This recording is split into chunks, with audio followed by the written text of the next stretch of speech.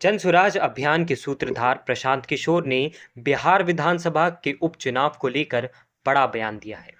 उन्होंने कहा है कि जनसुराज पार्टी का गठन 2 अक्टूबर को होगा।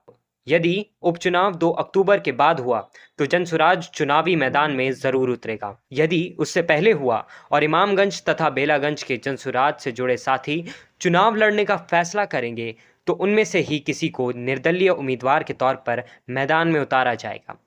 प्रशांत किशोर गया में मीडिया के सवालों का जवाब दे रहे थे।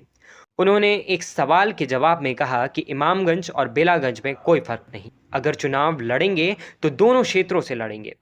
पीके ने इस दौरान तेजस्वी यादव के संदर्भ में पूछे गए सवालों का भी जवाब दिया। उन्होंने क्या कुछ कहा है, आइए देखते हैं। अगर जनसुराज चुनाव लड़ेगा, बाई इलेक्शन लड़ेगा, तो बेलागंज इमामगंज दोनों जगह लड़ेगा, और अगर नहीं लड़ेंगे तो दोनों जगह नहीं लड़ेंगे। ऐसा नहीं है कि इमामगंज के लिए अलग है और बेलागंज के लिए अलग है। अभी हमको पता नहीं है कि उपचुनाव का डेट अभी शायद अनाउंस हुआ है। अभी डेट हमको देखना पड़ेगा, क्योंकि 2 अक्टूबर को दल बनना है।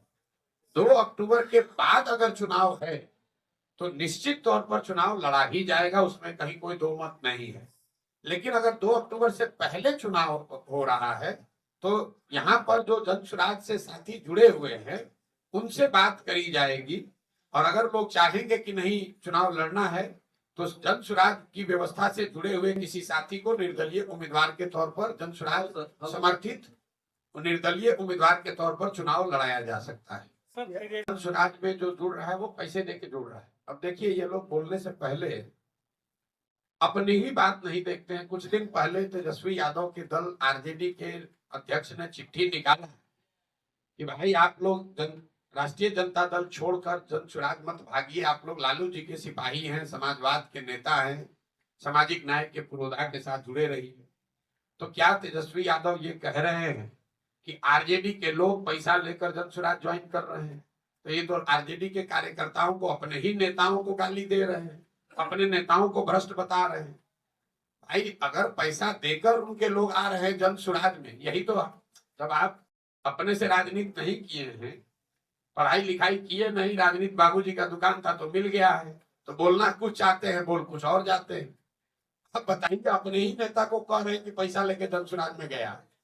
तो भाई, पत्र तो आपने निकाला है कि आरजेडी के सारे नेता आप लोग विचारधारा वाले लोग हैं, आप लोग लालू जी सामाजिक न्याय के सिपाही हैं, आप लोग जनसुराज में मत जाइए। तो उनके दल में भगदड़ मची हुई है, तो घबराहट तो स्वाभाविक है। मान लीजिए आप लालटेन आपका है और उसमें से किरासन तेल छूने लगे तो आपको तो घबराहट होगी कि अब थोड़े दिन में ये बुझने वाला है।